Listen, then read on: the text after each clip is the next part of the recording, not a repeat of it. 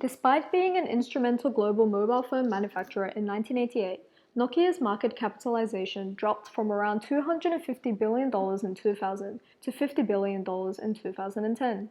Today, Kidman, Amanda, James, and I will be linking the rapid decline of Nokia to its mismanagement of locational advantages. To capitalize on its success within the industry, Nokia not only formed a joint venture to create Symbian, but also launched new handsets monthly, customized to each national market. However, when the industry was shaken by the release of Apple's iPhone in 2007, Nokia instead downplayed the competition and continued to invest in Symbian's outdated technology while pressuring its employees for results. As a result, the normally high-performance culture within Nokia turned into a toxic organizational environment between hot-headed top management who had no technical knowledge and middle management who faked progress out of fear. The main issues involved with Nokia's demise include its inability to exploit its first-mover advantages, its approach to a tough competitive environment, and its failure to establish competitive advantages. By refusing to acknowledge Apple as a legitimate threat to their brand, not only did they create a negative organizational structure, they also ignored the innovative measures necessary to survive in an increasingly competitive industry. In 2007, Nokia held significant market share at 49% of the global smartphone market. They were the trusted source for mobile technology, a household name at the time. As one of the first producers of mobile phones, and of course being the largest at the time, Nokia could have better utilized their first mover advantage. By being first, they had already had the opportunity to better establish their brand name, hence becoming a household name and holding such a large share of the market. They produced the first smartphone, and at that point should have begun specializing their production and fine-tuning their product. However, instead they started customizing their range. In 2005 alone, they introduced 41 new handsets. This placed pressure on their production efforts and failed to let them achieve economies of scale.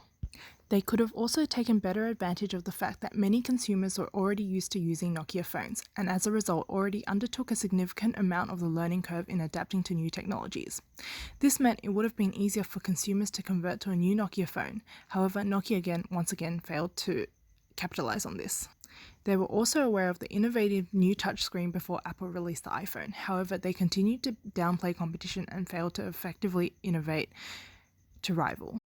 In 2007, Nokia had established themselves as the leading firm in electronics, holding most of the global mobile phone market with 38%. However, by 2010, Nokia was unable to compete with the aggressive competition and marketplace disruption caused by the entry of Apple and other major companies. In lieu with Nokia's failure to utilize their first mover advantage, another factor that played a significant part in Nokia's downfall was their firm strategy and structure.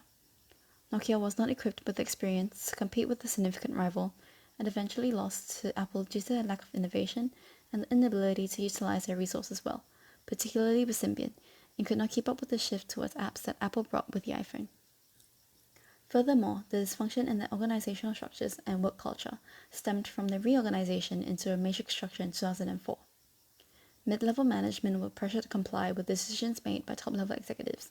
However, top management did not have the technological expertise and were not strategically integrated to resolve conflicts that arose in the matrix organization, as well as develop a strategic response to their changing market. By not having invested in advanced factor endowments such as research and technology, Nokia's strategy of product differentiation was thus ineffective and had failed to establish a competitive advantage. It is obvious that a significant problem within Nokia is seen through its management staff. As stated in the article, top managers were never technological experts, instead relying on middle management and their teams.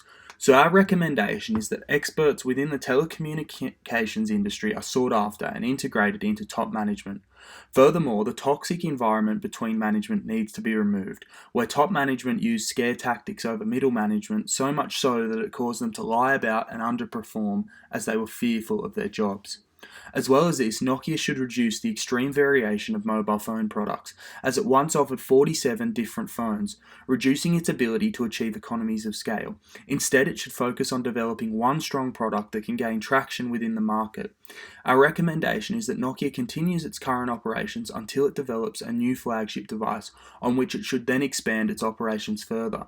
Nokia must focus on increasing efficiency and regaining the market share and advantage it once had by capitalizing on its strong infrastructure and phone manufacturing capabilities.